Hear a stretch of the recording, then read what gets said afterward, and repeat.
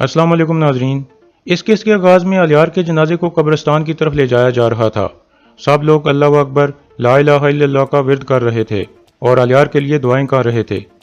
कब्रिस्तान पहुंचकर अर्तुल साहब से मुखातिब होकर कहता है, जावेदार कबीले के बहादुर लोगों, अलियार साहब ने एक इज्जत वाली ज़िंदगी गुजारी है और अपनी जान फिदा करने से बिल्कुल नहीं हिचकिचाए। अब आपने उनकी याद को जिंदा रखना है। फिर असलान साहब से मुखातिब होकर कहती है, वो आपका सरदार और मेरा भाई था, मेरी माँ और मेरा बाप था। वो एक अजीम आदमी था जो किसी भी बोझ को कंधा देने से पीछे नहीं हटता था। मेरे भाई ने इस दुनिया में अपना काम कर दिया है। अब ये हमारी जिम्मेदारी है कि हम इस काम को जारी रखें। हम मजबूती से अपने कबीले और अपनी रवायात की हिफाजत करेंगे। जब तक नए सरदार का इंतखाब नहीं हो जाता, अपने भाई की अमानत मैं संभालूंगी।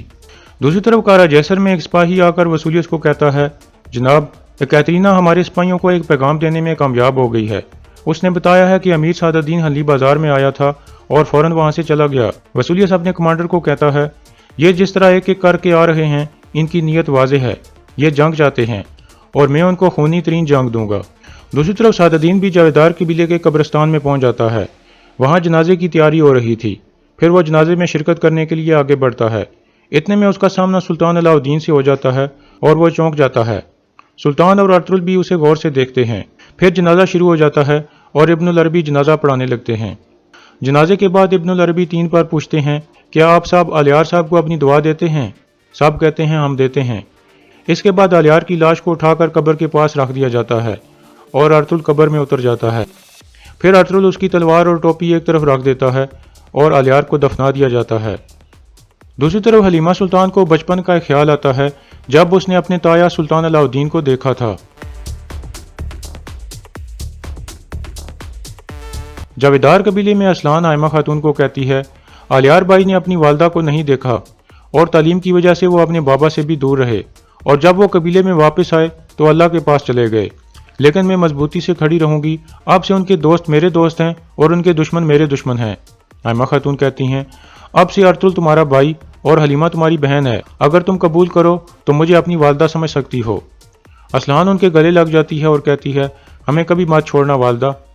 इतने में सादुद्दीन इजाज़त लेकर अंदर दाखिल होता है। आयमा खातून असलान से अफसोस करके वहां से चली जाती हैं। सादुद्दीन बैठ जाता है और कहता है, बैठो असलान खातून। असलान बैठ जाती है। सादुद्दीन उसका हाथ पकड़कर कहता है, मुझे बहुत अफसोस है असलान खातून, अल्लाह आपको सब्र अता फरमाए। इतने दुख के मौका पर भी आप इतनी मजबूती से खड़ी हो। आपकी बहादुरी ने मुझे बहुत मुतासिर किया है। असलान कहती है, अलियार भाई ने मुझे अपना नुमाइंदा मुकर्रर किया था। सादुद्दीन कहता है, ठीक है, जब तक नए सरदार का इंतखाब नहीं हो जाता आपको ये जिम्मेदारी निभानी चाहिए। असलान कहती है, इंतखाब के बाद भी मैं अपना कबीला नहीं छोड़ूंगी। जावेदार कबीला हमेशा मेरा घर रहेगा। सादुद्दीन कहता है, क्या तुम जानती हो क्या कह रही हो असलान? असलान कहती है, मैं जानती हूँ। जब मैं शादी के लिए रजामंद हुई थी उस वक्त मेरे 2 भाई और बाबा जिंदा थे। अब एक भाई शहीद हो गया है और दूसरा कत्ल हो चुका है। मैं अपना कबीला तब तक नहीं छोड़ूंगी जब तक मैं अपने भाई अलियार का बदला ना ले लूँ। आप ये जान लें कि मैं अपने कबीले के लिए अपनी जान भी दे सकती हूँ। सादुद्दीन गुस्से से खड़ा हो जाता है और फिर कहता है, गम ने तुम्हारी अकल पर पर्दा डाल दिया है असलान खातून। तुमने मेरी बीवी बनने का वादा किया था, उसको याद करो। असलान कहती है, मुझे माफ़ कर दें अमीर हजरत, मेरा फैसला आखिरी है। यह सुनकर सादुद्दीन शदीद गुस्से में आ जाता है और कहता है, तुम्हें यह सोच किसने दी कि एक औरत कबीले की सरदारी कर सकती है? असलान कहती है, अगर हैमा वालदा पहले ऐसा कर चुकी हैं तो मैं भी ऐसा करने के काबिल हूँ और मैं हमेशा अर्तुल साहब के साथ चलूंगी। ये सुनकर सादुद्दीन सोच में पड़ जाता है और बार बार अर्तुल का नाम लेने लगता है। फिर असलान कहती है, आप जैसा शानदार अमीर आसानी से अपने लिए एक मुनासिब औरत ढूंढ लेगा जो मुझसे भी बेहतर होगी।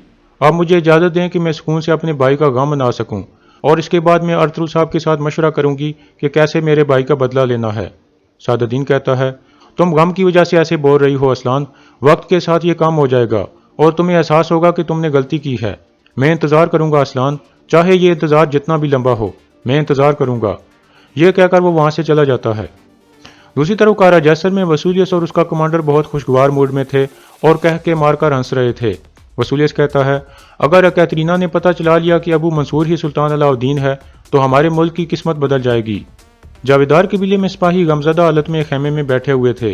इतने में तुर्गोत और बामसी वहां पहुंचते हैं और उनसे अफसोस करते हैं। बामसी कहता है, भाइयों हम सब एक हैं। अलियार साहब हमारे भी सरदार थे اور ارطغرل صاحب ہم سب کے سردار ہیں۔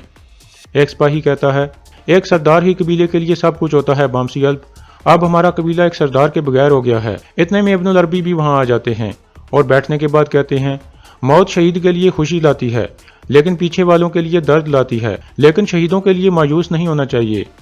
اس کے بعد ابن العربی انہیں کچھ اسلامی واقعات سناتے ہیں اور ان کی مایوسی دور کر کے انہیں جوش دلانے کی کوشش کرتے ہیں۔ آخر میں وہ کہتے ہیں، کل الیار صاحب آپ کی رہنمائی کر رہے تھے تو آج ارطغرل صاحب کر رہے ہیں، اب آپ سب کو متحد ہو کر اپنے سردار کے مقصد کو زندہ رکھنا ہوگا۔ دوسری طرف حائمہ خاتون اور حلیمہ سلطان آپس میں بات چیت کر رہی تھیں۔ حلیمہ پوچھتی ہے، والدہ کیا ابو منصور جنازے میں آئے تھے؟ حائمہ خاتون کہتی ہیں، ہاں، ارطغرل ہر وقت اس کے ساتھ کھڑا رہا۔ حلیمہ کہتی ہے، ابو منصور کوئی عام تاجر نہیں ہے والدہ، مجھے یاد آ گیا ہے کہ وہ کون ہے۔ حائمہ خاتون پوچھتی ہیں، کون ہے وہ؟ حلیمہ کہتی ہے، سلطان علاء الدین۔ یہ سن کر حائمہ خاتون حیران پریشان ہو جاتی ہیں اور کہتی ہیں، کیا تمہیں یقین ہے بیٹی؟ حلیمہ کہتی ہے، مجھے یقین ہے، میں نے ان کو سلطان بننے سے پہلے دیکھا تھا، اس لیے مجھے پتہ چلا۔ جاویدار قبیلے میں سلطان علاء الدین اور ارطغرل مرکزی خیمے میں پہنچ جاتے ہیں۔ ارطغرل پوچھتا ہے، کیا آپ امیر سعد الدین کو یہاں دیکھنے کی توقع کر رہے تھے؟ سلطان کہتے ہیں، نہیں، لیکن یہ اچھا ہے کہ وہ یہاں ہے، آپ کو حاکم اعلیٰ بنانے کے بارے میں انہیں معلوم ہونا چاہیے۔ جب میں واپس جاؤں گا تو سعد الدین کو آپ کی مدد کے لیے چھوڑ جاؤں گا۔ اتنے میں سعد الدین بھی وہاں پہنچ جاتا ہے۔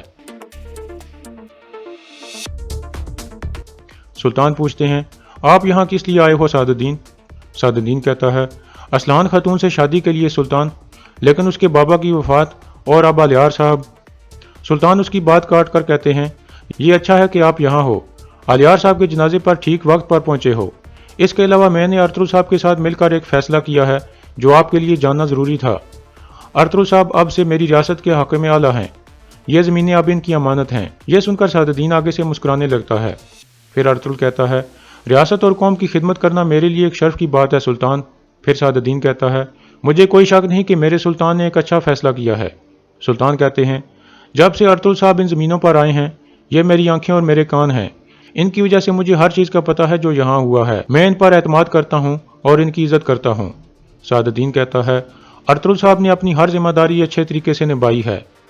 ارطغرل کہتا ہے، اب میں سلطان کی دی ہوئی ایک بڑی ذمہ داری پوری کروں گا۔